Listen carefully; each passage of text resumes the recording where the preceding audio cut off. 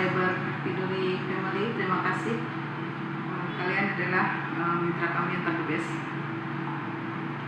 Kali ini kami Biduri Family berkunjung ke Dinas Kebudayaan, Peninggalan Bersejarah dan Permusiuman Kota Sawalunto yang dipimpin oleh beliau Bapak Haji Hilmet SPT MM. Baik, para subscriber Biduri Family YouTube channel, kita mulai. Kita akan berbincang-bincang sejenak kepada beliau Bapak Hilmet. Oke Pak, selamat siang Pak. Selamat siang Mbak Wita. Sudah mengganggu waktunya Bapak. Oke Pak, kita mulai aja Pak ya. Bapak selaku ASN ya Pak ya. Tentunya banyak jenjang karir atau apa gitu namanya, dari awal sampai akhir itu pasti ada perjalanan ya Pak ya. Mungkin Bapak bisa bercerita sedikit Pak tentang jenjang karir itu, mulai dari pertama ASN Pak sampai sekarang gitu Pak. Terima kasih ya Mbak Wita, para subscriber yang budiman. Memang kalau jenjang karir, kalau sekarang saya sudah bekerja itu lebih 25 tahun. Wow. Semuanya di Kota Sawalunto. Semua di Kota Sawalunto. Ya. Masuk pegawai itu di tahun 1995, ditempatkan di Kota Sawalunto. Saya ke Sawalunto tanggal 15 Desember 1995. Oh, berarti Bapak perantauan gitu ya? Merantau ke Sawalunto, jadi bukan asli Sawalunto. Bukan ya? asli Sawalunto. Oh ya. Saya merantau dari Bukit Tinggi. Ya. Waktu itu tes pegawai negeri di Gubernuran Sumatera Barat, Sumatera Barat ditempatkan di Sawalunto. Nah, sewaktu masuk pegawai itu formasi saya yang saya isi adalah sebagai perencana dengan background S1 peternakan, dan diterima ditempatkan di Kota Sawalunto, dan sebagai perencana ditempatkan di Badan Perencanaan Pembangunan Daerah tahun 95. Sudah semua berbeda ya Pak ya? Ya. Oke. Jadi dari nol pegawai lah istilahnya sampai PNS sampai tahun 2010 itu sekitar 15 tahun, dari staf sampai terakhir menjadi sekretaris di Badan Perencanaan Pembangunan Daerah Bapeda Kota Sawalunto. Itu nanjak terus ya Pak ya? Alhamdulillah. Alhamdulillah nanjak terus. Ya. Jadi kalau jalan tuh Ya, tentu, nanjak terus gitu ya, ya Pak tentu ya? kan tangan Tuhan melalui pimpinan daerah. Iya. Nah, ya alhamdulillah dari staf sampai terakhir sekretaris Bapeda, dan 2010 itu saya dipindahkan ke Dinas Pertanian dan Kehutanan, itu namanya waktu itu, menjadi sekretaris PLT Kepala Dinas. Oh, merangkap Kepala Dinas. sekretaris plus Sekretaris PLT gitu ya, PLT Pak ya? Kepala Dinas. Kepala Dinas. 1 tahun sesudah itu definitif menjadi Kepala Dinas tahun 2011 Di tempat yang sama. di Dinas Pertanian. Nah, di Dinas Pertanian sampai tahun 2019. Cukup lama ya Pak ya? Ya, lebih kurang 9-10 tahun lah ya. Iya. Nah, dipindahkan ke Dinas Kependudukan dan Pencatatan Sipil. Dan terakhir tanggal 31 Mei kemarin dimutasikan lagi ke Dinas Kebudayaan ini, Dinas Kebudayaan, Peninggalan Bersejarah dan Permusiuman. Oh, berarti baru dong ya Pak ya? Baru ya? Ya, baru jalan 2 hitungan bulan. jari ya? Iya. Nah, tetapi mungkin karena kepercayaan atau bagaimana, yang penting saya syukuri saja. Saya juga masih PLT di Dinas Kependudukan Pencatatan Sipil. Kata Bapak Wali Kota, ini bukan apa-apa, kata Pak Wali Kota menjelang ada kepala dinas yang baru, karena harus ada proses lelang jabatan. Itulah sekarang. Selamat kepada Bapak ya atas kepercayaan yang diemban. Oke Pak, selanjutnya. Nah, sampai sekarang kan jadi kepala dinas di sini. Itulah sampai itu tuh kepercayaan pimpinan lagi, sampai kapan dipercaya ini kan itu. Oke, jadi para subscribers Biduri Family, ini adalah salah satu kepala dinas yang patut kita contoh. Untuk jenjang karir patut kita contoh ya guys. Oke. Oke, sekali lagi applause dari Buri Family untuk Bapak Haji Hilmet. Oke Pak, ini dengar-dengar di Sawalunto merupakan salah satu kota tua bersejarah. Jadi kota tua bersejarah di Indonesia yang memiliki begitu banyak peninggalan cagar budaya. Maaf, mungkin Bapak bisa menjelaskan itu ya, bagaimana peninggalannya seperti apa, cagar budayanya seperti apa. Ya, oke. Jadi yang jelas dari sejarahnya, mungkin rekan-rekan juga sudah mengetahui adanya kota Sawalunto ini kan karena adanya aktivitas tambang batubara di kota Sawalunto, di Sawalunto. Dulu tentu bukan kota ya, sekarang sudah menjadi kota Sawalunto. Diawali dari tahun 1868 dulu Dekrit dari Belanda, bangsa Belanda melakukan penelitian. Ternyata ditemukan deposit batubara yang cukup banyak di seputaran Sawalunto ini. Nah, kalau kata Sawalunto sendiri katanya kan ada sawah yang dimiliki oleh orang Lunto, dan di pinggir sawah ini ada batang Lunto. Batang ini sungai, sampai sekarang masih ada batang Lunto yang membelah kota Sawalunto. Saya mungkin nanti bisa dilihatkan, bisa kita telusuri ke lokasi. Nah, tahun 1886 dari penelitian Dekrit ini dimulailah penambangan batubara di kota Sawalunto.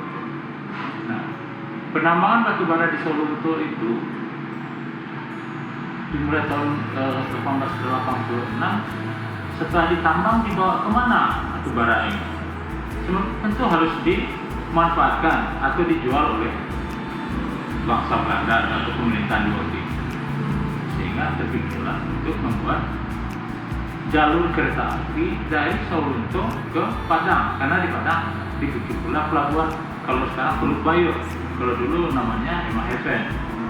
Nah, jadi dengan adanya batubara di Sawalunto yang ditambang dengan menggunakan teknologi yang cukup maju di saat itu, sampai dibuat jalur transportasi kereta api untuk membawa ke Teluk Bayur sekarang, atau dulu Emma Heaven. Ada juga penampungannya di Silo Gunung namanya, di dekat Teluk Bayur. Sehingga itu, jadi teknologinya sangat tinggi loh. Coba kita bayangkan atau kita lihat mungkin dari subscribe, ada yang melihat jembatan di Silayang misalnya. Jalur kereta api Silayang itu di Padang Panjang. Oh, iya. Ya, ada jembatan kereta api yang di atas jalan. Bagaimana tingginya teknologi di saat itu bisa dibangun. Nah, jadi ke kota Sawalunto tempat penambangan ada jalur transportasi, ada jalur untuk ekspornya di Emma Heaven atau Pelabuhan Teluk Bayur sekarang. Nah, tetapi dengan berjalannya waktu deposit ini kan akan habis.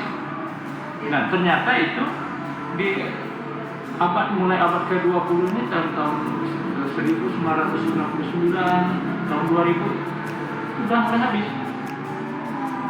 batubaranya deposit. Sehingga setelah zaman kemerdekaan, PT Asam yang menjadi penambang utama di Sawalunto dan sekitarnya ini menghentikan tambangnya, aktivitas tambang. Itu dengan alasan apa itu Pak? Karena depositnya yang untuk ditambang secara mudah sudah hilang. Kan tambang ini kan ada yang open pit, istilahnya tambang terbuka, dan ada yang tambang dalam. Nah, yang tambang terbuka sudah habis depositnya. Yang tambang dalam pun ada, masih ada sekitar 1 juta ton lagi aja, tapi butuh biaya dan teknologi tinggi. Kata-kata orang ini, ahli-ahli pertambangan sekarang, nilai jualnya tidak cukup untuk membiayai eksploitasi. Nah, sehingga tambang dalam itu tidak dieksploitasi. Seiringan itu tentu akan bergeserlah atau bergeraklah kehidupan di kota Sawalunto selama ini kota tambang batubara tentu akan bergerak. Ini sudah menjadi sebuah kota Sawalunto. Bagaimana dengan penduduk? Bagaimana pengungkit ekonomi masyarakat tentu harus dipikirkan. Nah, inilah yang kejadiannya, sehingga jangan sampai menjadi kota mati atau kota hantu, penduduk eksodus. Bagaimana kota Sawalunto nasibnya? ini sudah dipikirkan. Jadi sekarang bentuk-bentuk dari peninggalan bersejarah itu tentu pasti ada ya Pak. Ya. Mungkin Bapak bisa kasih contoh atau menyebutkan kepada subscriber kami apa-apa saja sih kira-kira peninggalan sejarah yang itu nanti dijadikan tempat-tempat wisata ya Pak ya? Ya. Ya, memang itu. Jadi saya lanjutkan yang tadi ya. Oke Pak. Setelah deposit batubara habis, pemerintah waktu itu wali kotanya Bapak Subari Soekardi yang memerintah sampai tahun 2003. Ya. 10 tahun Bapak Subari Soekardi memerintah di Kota Solo pada akhir tahun 2003. Tetapi di tahun 1999 tahun 2000 aktivitas tambang dari PTBA sudah dikatakan tidak ada lagi. Bagaimana dibawa kemana? Padahal ternyata dilihat banyak peninggalan dari baik dari Belanda, zaman Jepang maupun PTBA sendiri, aktivitas tambangnya, baik bangunannya, aktivitas penambangannya, lubang-lubang tambangnya sendiri, ternyata itu mempunyai nilai jual yang sangat besar ternyata untuk dijadikan semacam museum. Nah, museumkah namanya atau menjadikan itu peninggalan yang bersejarah menjadi bangunan cagar budaya atau cagar budaya. Nah, sehingga untuk ini bagaimana akalnya lagi untuk bagaimana perekonomian masyarakat Solo itu. Di tahun 2000 dimulailah diskusi-diskusi di pemerintahan, di tingkat masyarakat mau diapakan Kota Solo itu. Karena di saat itu pekerja tambang yang bekerja di tambang bilen ini, PTBA ini, sudah banyak, sudah sekitar 10 ribuan eksodus keluar Solo itu. Penduduk bertambah sedikit. Bagaimana dengan yang tinggal? Apakah kota Sawalunto yang secara administratif sudah diakui oleh pemerintah Indonesia akan menjadi kecamatan untuk kabupaten lain? Disitulah mulai dipikirkan secara bersama oleh pemerintah, seluruh stakeholder dan warga masyarakat, sehingga lahirlah di tahun 2001 itu Perda warga kota, bukan pemerintah. Masyarakat Solo meminta kepada DPR untuk diperdakan kota Sawalunto menjadi kota wisata tambang yang berbudaya.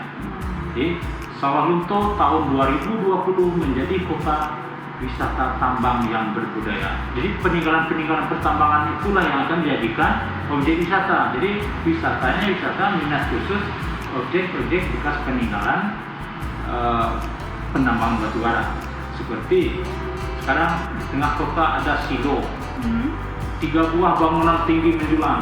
Silo itu gunanya untuk apa itu? Nah, silo itu tempat penampungan batubara untuk dikirim melalui, ada di bawahnya kereta api. Jadi batubara yang sudah ditambang dimasukkan ke silo, ditampung di situ. Nah, istilahnya dimasukkan ke gerbong-gerbong kereta api, di loading di situ untuk dibawa ke Teluk Bayu. Nah, terus lubang-lubang tambang bekas penambangan itu juga seperti ada lubang Basuro namanya, itu jadikan menjadi wisata yang mana kalau kita masuk di sekelilingnya itu atas bawah kiri kanan itu asli batubaranya. Itu menariknya kan. Terus dulu di zaman Belanda itu ada orang rantai. Orang rantai ini lah pekerja tambang. Nah, ada dapur umum yang digunakan untuk memasak makanan pekerja tambang dan orang-orang Belanda sebagai pengelola. Nah, sekarang dijadikan objek wisata di situ, museum gudang ransum. Ini masih utuh ini, bagus, cukup bagus ya. Ada tempat masak nasinya, sayurnya untuk 1.500 orang. Mungkin nanti kami bisa langsung ya, bisa, harus itu. Silo, mana? Gudang ransum ya. Lubang Basuro. Lubang Basuro juga ya. Wajib itu.